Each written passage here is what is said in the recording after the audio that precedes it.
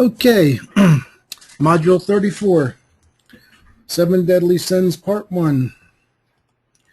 A sin is a deliberate violation of a moral principle. Putting good people in bad places, context, is thus a sin. I'd like to tell you how I got onto this. This story's kind of interesting, I think. I wondered about bottom quintile teams, and I'd read in a book on psychology that people tend to attract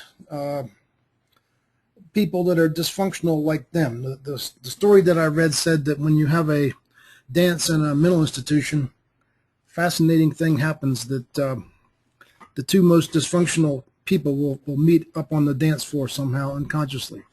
So I thought that bottom quintile teams were attracting dysfunctional people. They started with a little core of people that were very low character, which is what IDAs basically measure, and attract the similar folks.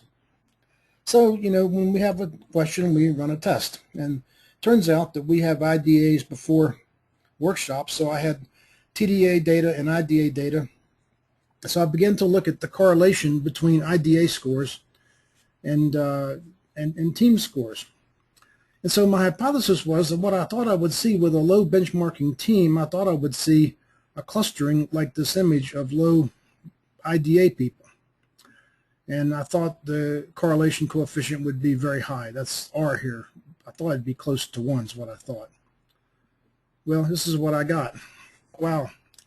So the hypothesis is clearly incorrect, and there is no relationship whatever. The R correlation coefficient is 0.3, and the correlation goes like R squared, so it's very weakly correlated. So there's some correlation. In fact, I would have been really worried if it were negative, but this small.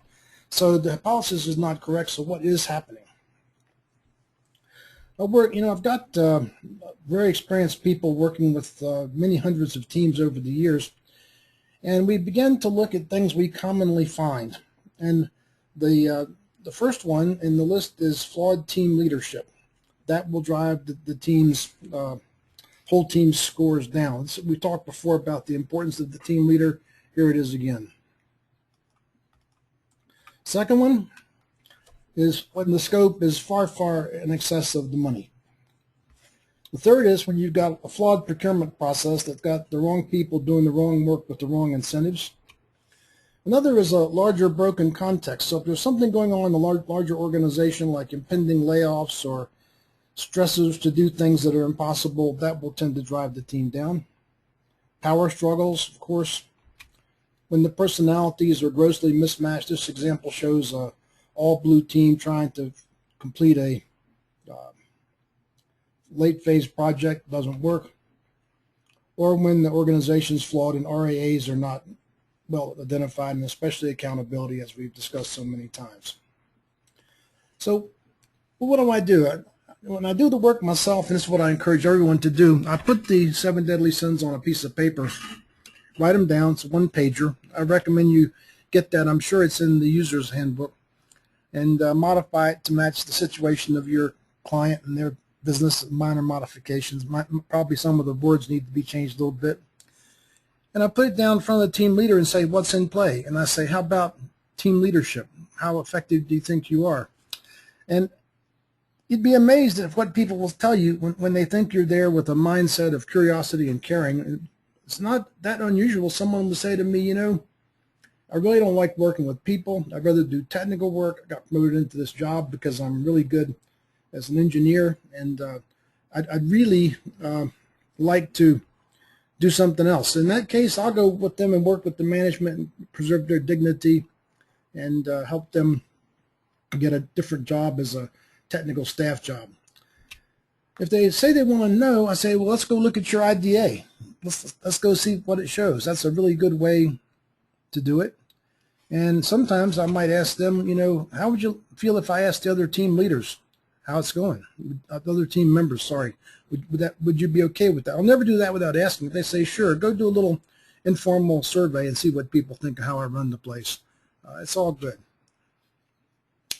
The second one's when the scope is far, far in excess of the money. This one I found an interesting way A vice president in industry said, I've got a guy who's incompetent running one of my big projects. And I said, oh, really? I said, let me do, like we always just do a TDA. I did the TDA, and TDA is in the bottom quintile, deep in the bottom.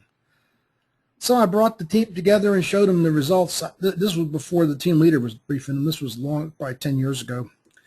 And I said, you know, well, can you tell me what's going on here? And they said, oh, yeah, it's real simple. You know, our company frequently lowballs costs. And what happened here was we had a typical lowball bid, and the vice president, who's now gone, cut the bid price in half. We won, and now the customer wants us to do it with that money, and it's impossible. So I did an IDA on the guy, went back to the vice president and said, you know, I'm sorry, but there's nothing wrong with this guy. The problem is the context. And he didn't like the answer, and I didn't do a lot more work for him, but that's okay. So what happens here, really interesting to me, is that people tend to think about the lack of money as risky in terms of the technical risk. But I think there's even more risk in the social context. So what you'll do, you drive a team down here, you'll have this context I've talked about before, unappreciated, conflict everywhere, people feel excluded and get angry, trust is low, blind optimism replaces reality, no one's committed to anything, you're full of victims and blamers, and nobody wants to take accountability. Then you have the technical risk, which I think everybody already understands and buys into. Don't need to convince you of that. This is an interesting chart of projects, and I think this was NASA projects, but this applies to everything. This will explain why big projects the governments do always overrun.